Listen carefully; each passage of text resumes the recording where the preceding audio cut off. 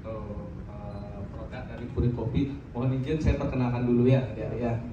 Jadi saya berasal dari Desa Pancasari, Kecamatan Sukasade, Kabupaten Buleleng, di daerah Bedugul. Mungkin adik-adik ada yang dari sana? Daerah Bedugul? Siapa tahu besok kita bisa berdiskusi lagi di sana nanti. Kalau nggak salah sekitar tahun 2015 awalnya Puri Kopi ini lahir. Sebenarnya Kak Agung nggak kopi. Kalau dulu pinjam kopi itu kayaknya orang tua gitu loh. Mungkin masih ada di sini ada ngopi nak orang tua baru ngopi gitu. Mungkin kayak sekarang nggak deh, udah mulai tahu kopi ya namanya. Kalau zamannya Kak Agung tuh ngopi tuh orang tua baru ngopi tuh pagi-pagi ngopi ya mau kerja gitu kan. Nah, awalnya teman yang ngajakin ini ke suatu kedai kopi di Denpasar. Yuk sana yuk, saya pengen tahu kopi kan dia suka kopi. Nah, saya lah. Karena maklum ayah dari Kak itu kerja di Denpasar sebagai PNS, harus ngabdi dan waktunya kan full lah ya. Jadi sedikit terbang halai lah gitu. Nah, setelah Kak Agung berpikir untuk buat produk dan punya konsep lah sedikit, karena kalau produk itu kan sebenarnya kalau dibilang produk yang depan ini segmennya banyak. Segmen untuk hotel ada, restoran ada, hotel restoran pun ada lagi segmennya. Jadi untuk breakfast lain kan, ini ya, jadi pengembangan tourism terbuka. Nah, tanpa disadari Kak Agung juga senang motret ya. Nah ini kayak tadi pas sunrise ya, yang slide tadi itu pas sunrise. Nah, ini pakai drone. Nah ini video. Nah ini pun kebetulan teman SMP ini dan ada rasa mokanya. Kalau yang robusta itu mixnya rasa fruitynya kurang, lebih cenderung ke rasa full ya, pahitnya ke kacang, kadang-kadang ke coklat. Nah, kenapa saya nggak tampilin yang Liberica? Karena yang Liberica ini panennya tuh nggak jelas dan kuantitinya sedikit. Nah, kalau Liberica itu waktu Kak Agung sempat ke kebun pertama kali itu masih lihat. Kadang kalau dicari dia nggak panen, tapi kalau nggak ditengokin katanya panen gitu. Tapi setelah dilihat hilang. Jadi nggak bisa diukur panennya dia mah. Kalau kebetulan Kak Agung ada stok Arabica, jadi balance yang Arabica ada, Robusta selalu ada. Nah ini pohonnya yang sudah merah. Jadi kalau nah ini oleh-oleh. Jadi masih banyak lagi sebenarnya. Terus yang ini produk untuk komersil, untuk sehari-hari. Ya di warung, di mat-mat ini seperti ini. Nah terus di oleh-oleh juga ada yang berbentuk parfum. Nah kalau ini dari Puri Kopi kita parfumnya natural, tidak pakai sirup sama sekali. Tidak pakai parfum isi yang di refill itu nggak pakai. Nah ini baunya soft, bikin relax. Kalau yang di pinggir jalan itu kan pakai karung ya, nah itu pakai parfum. Jadi dia ada refillnya. Berarti itu asli kopinya Bapak? Betul. Sebenarnya kopi yang Arabica diolah dengan dulu air mendidih. Itu biasanya kalau udah mendidih ini tuh mati dia, lampunya mati.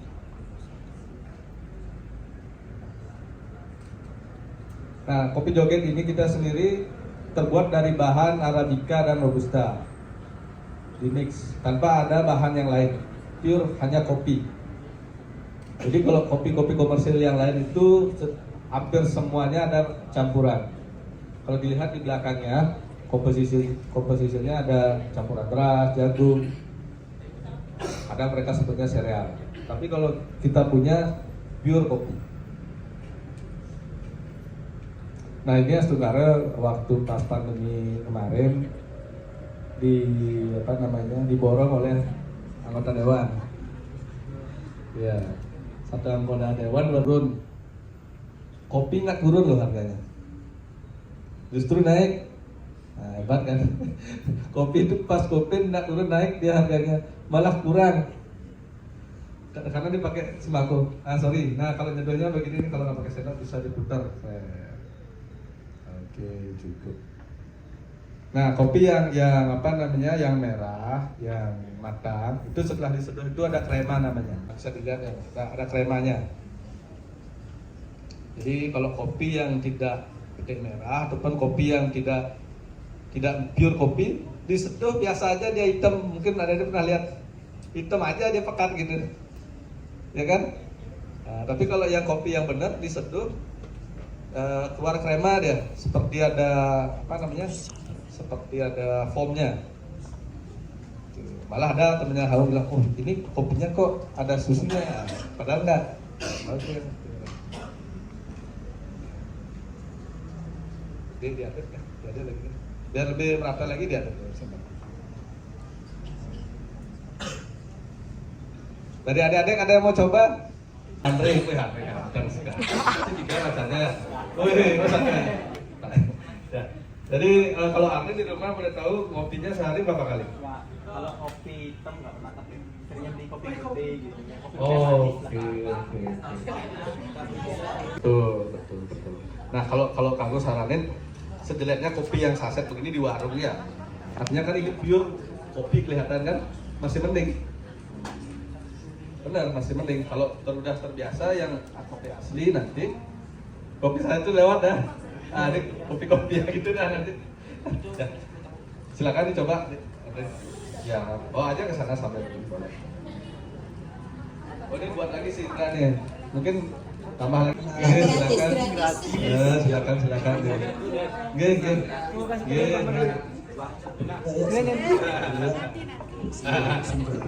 Nanti bisa ininya diseduh di belakang. Dodi Satrio Darmawan, biasa dipanggil Dodi. Saya salah satu mahasiswa pariwisata juga. Baik, pertanyaan saya Bapak terkait dengan biji kopi.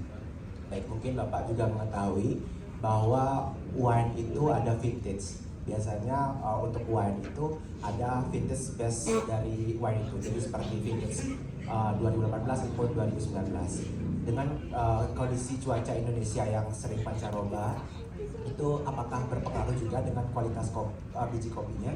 Apakah ada biji kopi yang best vintage atau bagaimana? Terima kasih.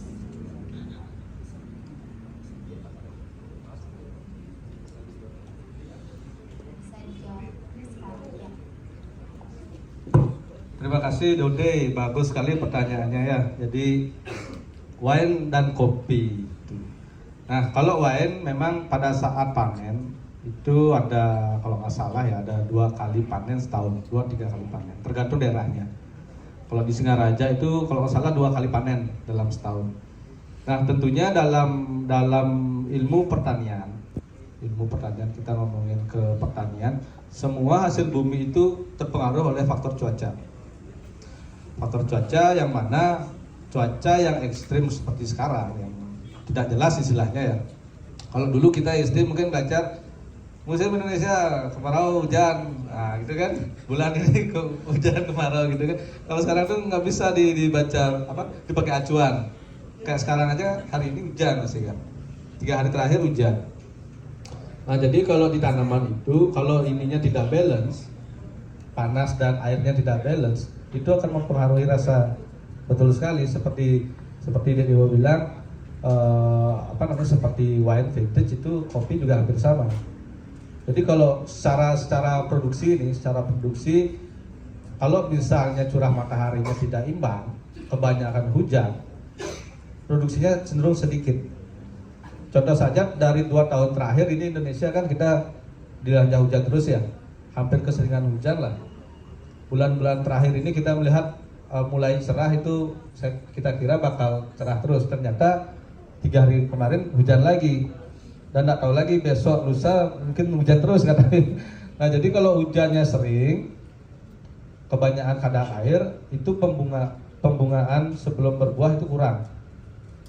Jadi produksinya sangat kecil, Dek Dodi. Contoh tahun kemarin dari data yang dapat di petani, panennya merosot sampai 80%. Jauh sekali. Dari pandemi ini hujan-hujan merosot terus. Jadi yang seharusnya mungkin kalau imbang ya, hujan dan kemarau itu imbang musimnya, panennya bisa naik sebenarnya. Nah justru motivasi agar kami mahasiswa pariwisata bisa mengikuti jalan Bapak untuk memulai bisnis mungkin dari hal kecil bisa menjadi besar seperti sekarang Bapak? Sudah? Dah, Pak. Bagus sekali ya pertanyaannya. Jadi pertanyaan dari adik-adik ini setelah tamat mau start kan gitu ya? Oke, saya paham. Nah jadi kalau kita mulai usaha itu kita kala kita sudah siap, bukan langsung usaha. Jangan dulu. Kita kala sudah siap, sudah lihat peluang, sudah bisa mencapainya, sudah bisa mengelolanya, baru dicetuskan jadi pengusaha. Karena kalau kita usaha ijik-ijik langsung usaha, belum ngerti cara memanajemennya, belum bisa cara mengelolanya, itu malah kacau. Mungkin banyak ada dilihat buka usaha kopi shop, buka apa, belum apa-apa udah tutup, belum buka ini apa-apa udah tutup. Nah, saran kakak kalau memang misalnya Nes mau buka usaha ibaratnya yang ya udah saya buka saja deh karena kebetulan mungkin nyari kerja nggak dapat gitu kan. Nah, saran kakak jangan diundang banyak teman. Artinya kalau teman kan segan ya. Enak nggak masakanku, enak nggak? Enak pasti gitu ya, enak. Tiba-tiba setelah temennya nggak datang langsung sepi gitu kan. Nah, biarin aja. Jadi kalau misalnya dia buka usaha gitu, misalnya contoh warung makan, gitu, nggak coffee shop, masuk nggak di lidah? Artinya temen itu anggap bonus lah.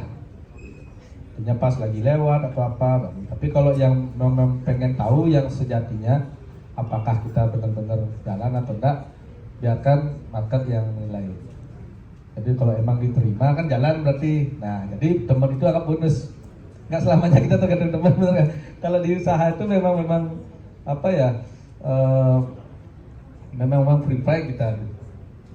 Jadi kalau besok, tapi saran Kak Agung kalau sebelum mulai usaha, kalian masih belum dapat pengalaman kerja, lebih baik kerja dulu. Karena di dalam kita bekerja kan sebenarnya sudah ada SOP di perusahaan itu kan, sudah ada manajemen kan. Nah, jadi kita praktek nih. Nah, belum tentu juga di tempat kerja itu perform kita bagus, benar kan?